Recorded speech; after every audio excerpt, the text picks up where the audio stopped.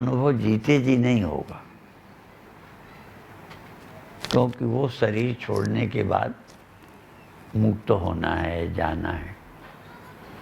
ज्ञान का मार्ग इसमें थोड़ा बिल्कुल भिन्न है। तो अपने को जिस मार्ग में है उसमें ठीक है। ज्ञान के मार्ग में हमको अभी मुक्त होना है, शरीर रहते। और भी भक्ति करते हैं, भगवान को पा जाएंगे।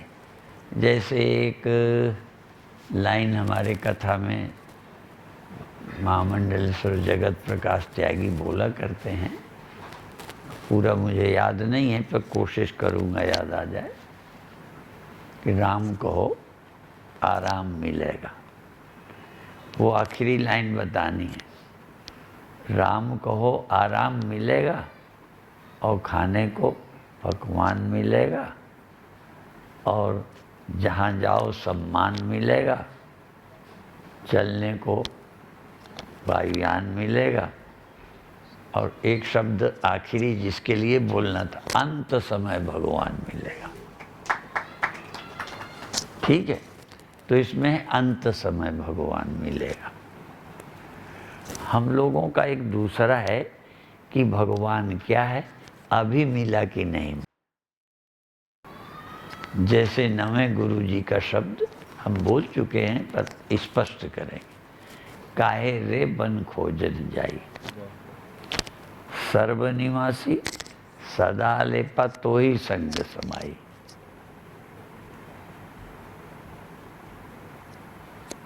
पोहुप में जो वास बसत है, मुकुर मध्य जस छाई, तैसे ही हरि वसै निरंतर, घट ही खोजो भाई। अब ये खोजने का काम तो मरने के बाद नहीं होगा, अभी होगा। और हरि आप में है, तो अब अभी मिला कि नहीं मिला ये विषय है। इसी तरह अभी हम अविनाशी हैं या नहीं, ये ज्ञान का विषय है। इसी जीवन में देखो कि तुम नाशी हो या अविनाशी हो, तुम क्या हो, खोजो। तो जैसे एक और चीज अभी खोजना है कि तुम दृश्य हो या दृष्टा हो, तुम जड़ हो या चेतन हो, अभी खोजो। इसको मरने के बाद नहीं छोड़ना, स्वर्ग मरने के बाद, नरक मरने के बाद, अगला जन्म शरीर छोड़ने के बाद।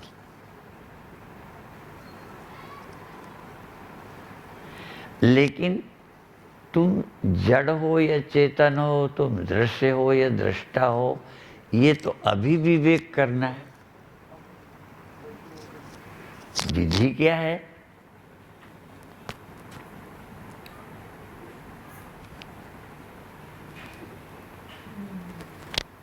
जानने की विधि क्या है? आप किसी के बिना बताए, आप सब अपनी आंखों से देख रहे हो कि स्वामी परमानंद आपसे अलग हैं। आप परमानंद से अलग हो, या आप पिता से प्यार है, मोह है, ममता है, पर वो आपके पिता है, आप पुत्र हो, वो तुमसे अलग है। तुम और पिता एक नहीं हो। उनकी मृत्यु दुख देगी, लेकिन उनकी मृत्यु से तुम्हें कभी नहीं लगेगा मैं मर गया, क्योंकि मैं अलग हूं। या मेरी मृत्यु से पिता नहीं मरेंगे, क्योंकि मैं अलग हूं। मेरी अपनी हस्ती उनसे अलग है। ऐसे ही देह तुम हो या देह के दृष्टा तुम हो, ये हमें मौत पर निर्भर नहीं है, ये हमें अभी समझना है। देह जड़ है, मैं चेतन हूँ। देह दृश्य है, मैं दृष्टा हूँ। और ये अभी सचमुच समझो हो या किसी कहने से मान रहे हो। और तुम देह हो, ये गलत फहमी से मान बैठे हो कि तुम देह हो।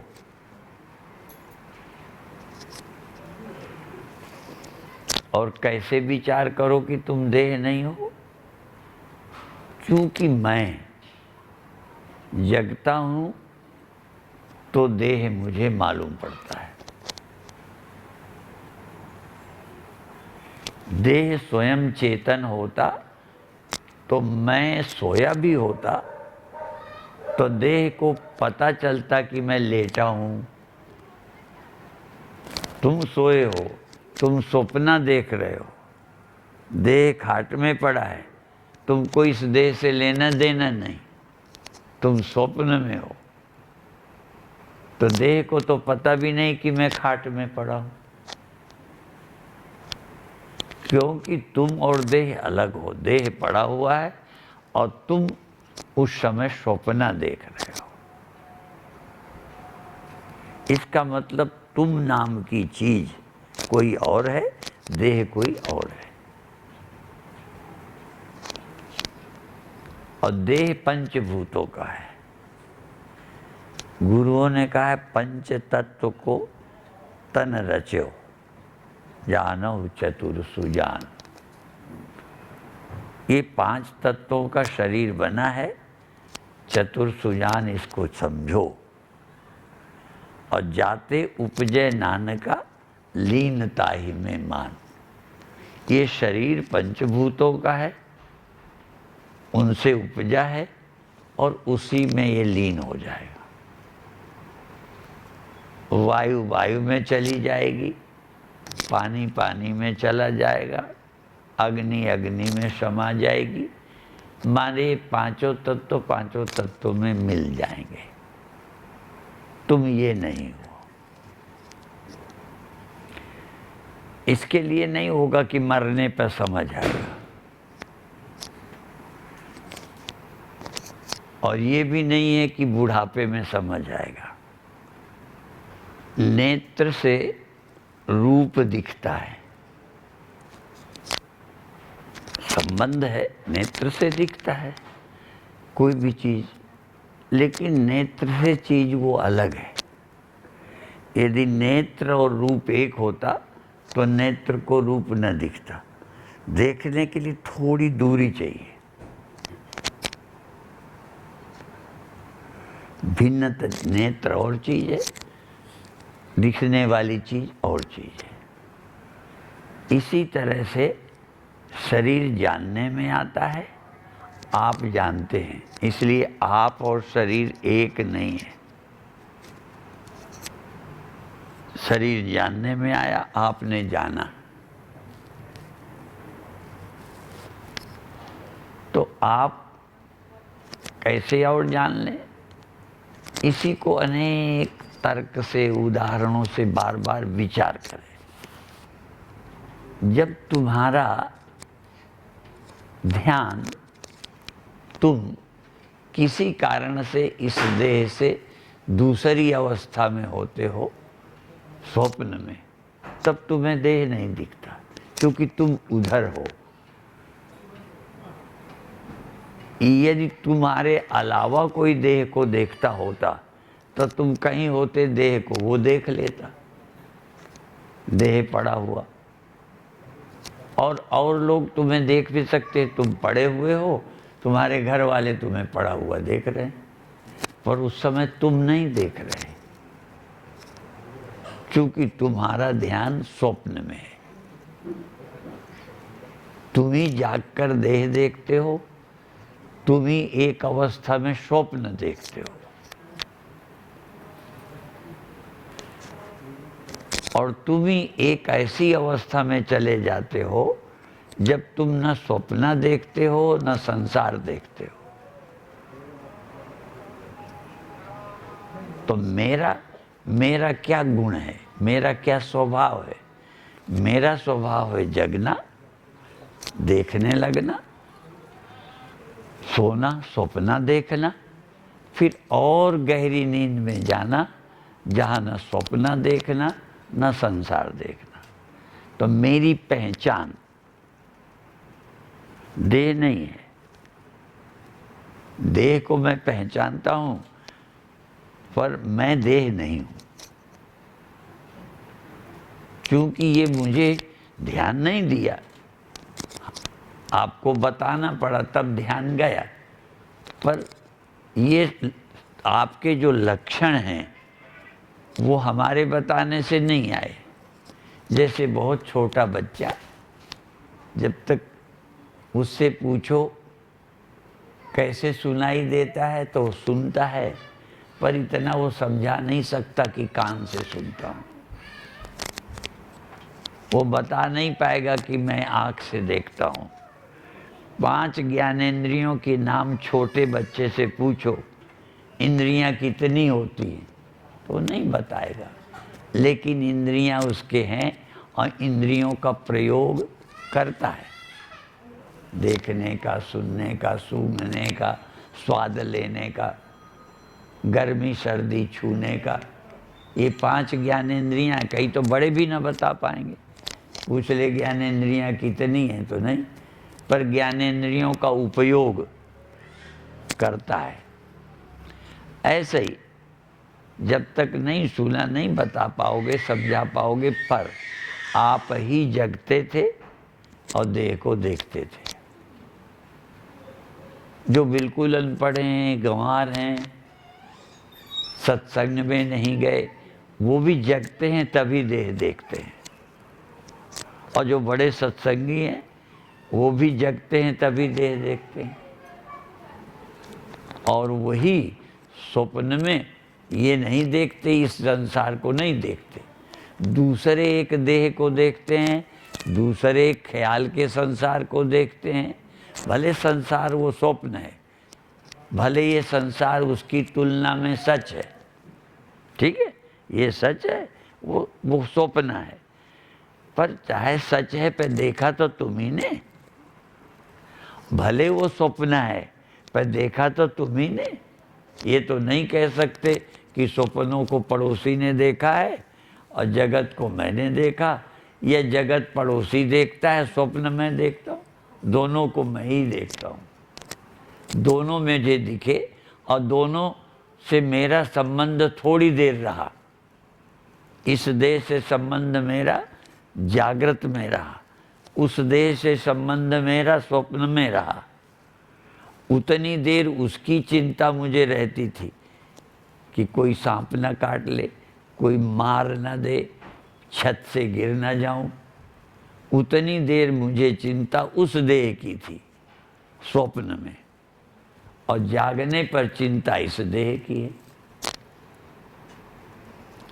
तो दोनों की चिंता जो मुझे समय समय पे होती है, ये कौन है? ये देह तो नहीं है।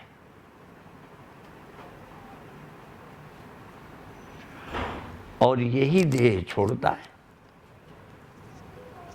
और भी भगवान ने गीता में कहा उसी को, जब शरीर छोटा था, बच्चा था, तब इस देह में मैं रहता था। रोज जग के देह को देखता था, देह का उपयोग करता था और देह की जरूरतें पूरी करता था। ठंडी में ओढ़ता था, गर्मी से बचता था, भूख पे खाता था। जब छोटा था शरीर तब भी इसका ख्याल इसके अंदर रहने वाले ने किया है।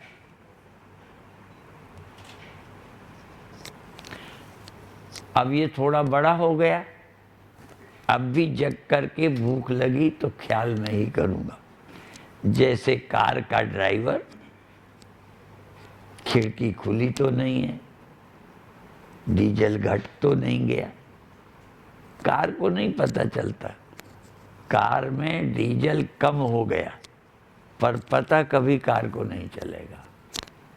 कार बंद हो सकती है, उसे पता ही कुछ नहीं। तो इस गाड़ी का भी पता गाड़ी को नहीं है, भोजन कम हो गया, भूख लगी, पता मुझे चला। यदि मैं सोया होता तो इसे पता न चलता, जगा तो पता चला। ठंडी लग रही है, सोया था पता नहीं, जगा तो पता चला ठंडी है, ओढ़ लिए। इसका मतलब इस गाड़ी पर मैं बैठा हुआ हूँ, इसका उपयोग करता हूँ, इसका ख्याल करता हूँ, ज़रूरतें पूरी करता हूँ, मैं देह नहीं हूँ।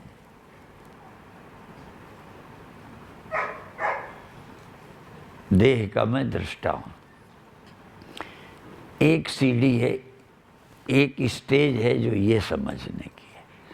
अब दूसरी स्टेज है जिसको पहले मैं बताया। आप जगते हो ये मैंने कहा, तो देह देखते हो। अभी मैंने देह को मैं नहीं कह के उसे मैं कहा, और आप अभी तक देह को ही मैं कहते थे, आगे भी अभी कहोगे। कई ज्ञानी लोग बोलना बदल देते, कहते ये शरीर थक गया है, इस शरीर को भूख लगी है। जैसे कहे कार ड्राइवर कहे कार में पेट्रोल घट गया है, कार सर्विस के लायक हो गई है, कार गर्म हो गई है, थोड़ी देर रोक दें। तो कार का पता चलता है ड्राइवर को, पर ड्राइवर को 1 मिनट भी धोखा नहीं हुआ कि मैं कार हूं। हम विचित्र ड्राइवर हैं। कार में डीजल घटा, अभी हंसी में हम लोग कह रहे थे, लोग कहने लगे खा लो पी लो फलाना करो। तो अपन लोग क्या कहते हैं, जब कहीं चलते हैं तो हम कहते हैं भाई हमारी गड्डी को भी खाना चाहिए। किसी भगत के यहाँ से चलते हैं तो कहेंगे हमारी गड्डी को भी खाना चाहिए, पर वो डीजल खाती है और इसको भी चाहिए। तो ड्राइवर भी खाता है, कार भी खाती है, पर ये पता चलना चाहिए डीजल कार में घटा है कि ड्राइवर के पेट में घटा है। ड्राइवर को तो भोजन कम हुआ, कार को भी कम हुआ। तो कार की ज़रूरत को कार की समझे, अपनी ज़रूरत को अपनी समझे। तो इसके अंदर का जो ड्राइवर है, जब भूख लगे तो लगे इस शरीर को भूख लगी है, मुझे नहीं, इस शरीर को थोड़ा आराम चाहिए, इस शरीर को ठंडी लगी है, कपड़ा चाहिए। जैसे कार का ड्राइवर ख्याल रखता है, ख्याल तो आप भी ऐसे ही रखते हो, पर कभी नहीं लगता कि कार का मैं ख्याल रख रहा हूँ, शरीर का मैं ख्याल रख रहा हूँ, लगता है मैं अपना। और रामायण में एक चौपाई है,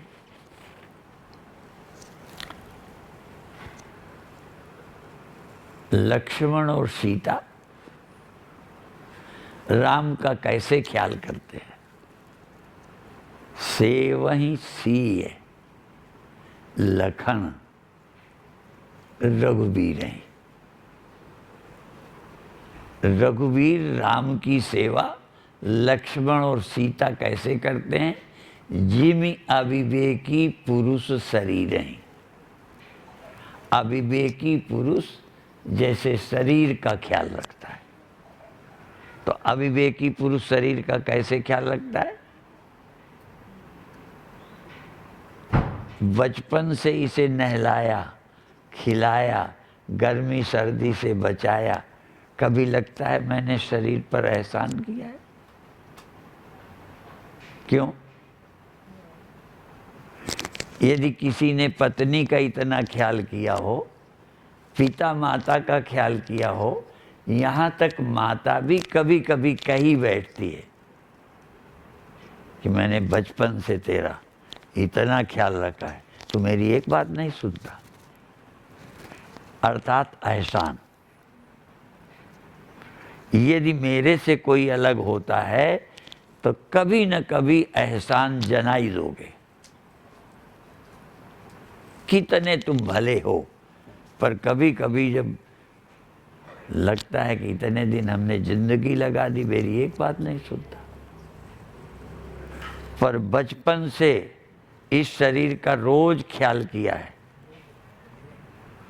इतना ख्याल किसी ने न किया होगा किसी का जितना इसका, दर्द का, भूख का, प्यास का, ठंडी का, गर्मी का, थकान का, और इसको पाला। पर कभी लगता है इसके साथ मैंने कितना एहसान किया। क्यों नहीं लगता?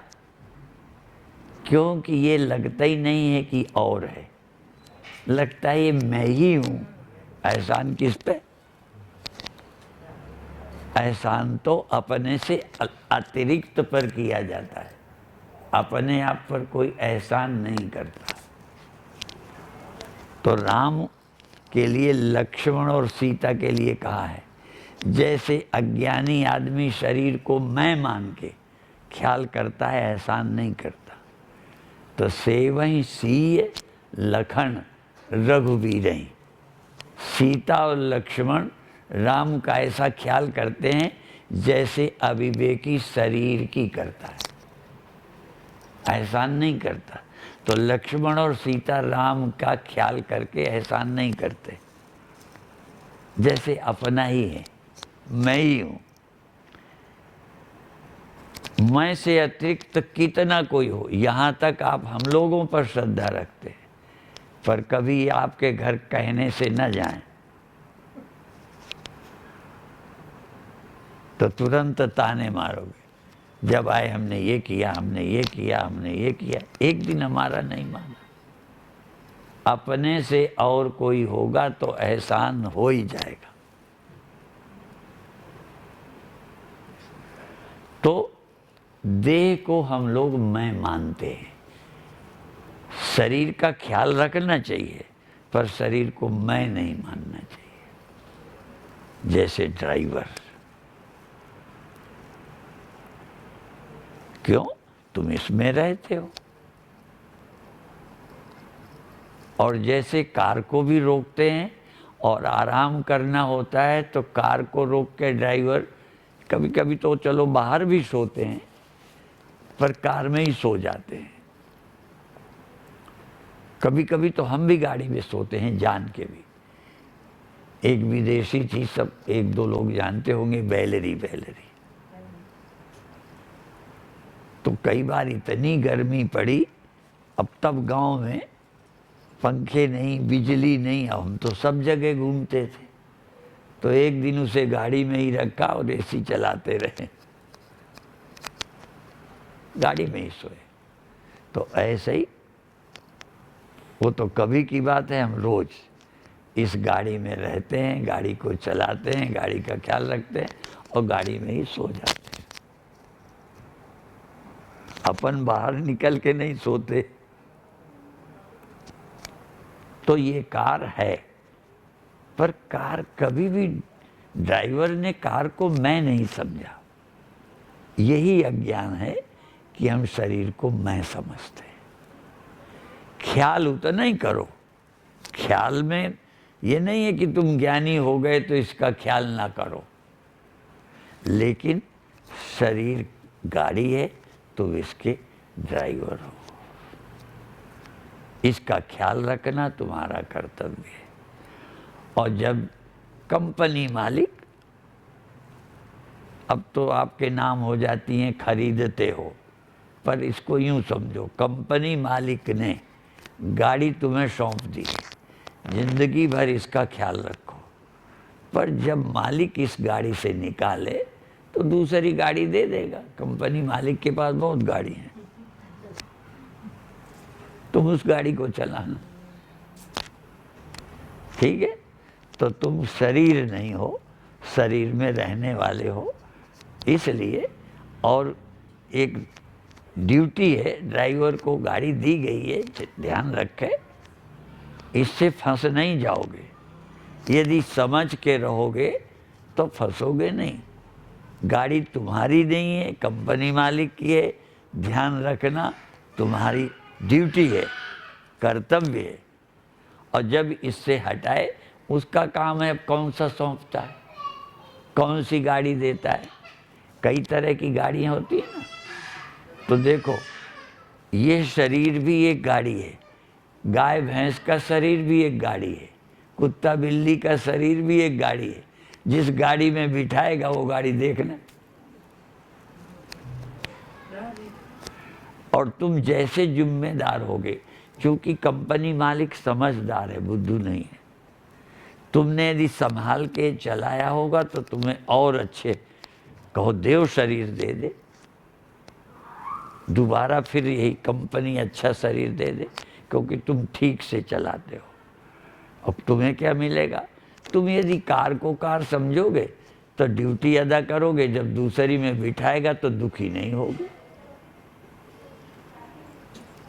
इसलिए भगवान ने कहा वाशांसि जीर्णानि यथा विहाय नवानि गृह्णाति नरोपराणि तथा शरीराणि विहाय जीर्ण अन्यानि संयाति नवानि देहि। भगवान ने कपड़ा कह दिया है, हम कार कह रहे हैं। इस पुरानी कार को छोड़ के भगवान तुम्हें नई किसी कार में जिम्मेदारी दे देगा, उसकी निभाना। मरना थोड़ा है, मृत्यु नहीं है, ऐसा समझो। तो काम करते हुए ये गुरुओं का है, ये किसका है कि क्या है? हंसन्या खिलन्या विच्चे होवे मुक्ति।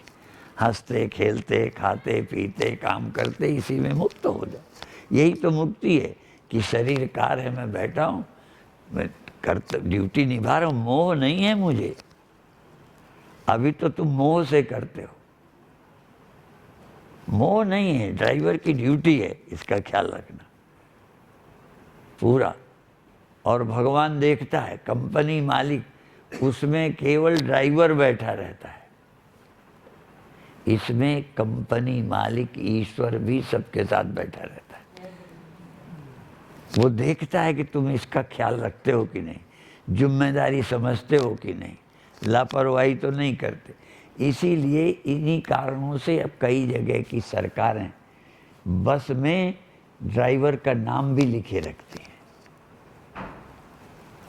रोज बदलते रहोगे तो कहोगे उस गलती है, उसकी गलती है, उसने कार बिगाड़ी।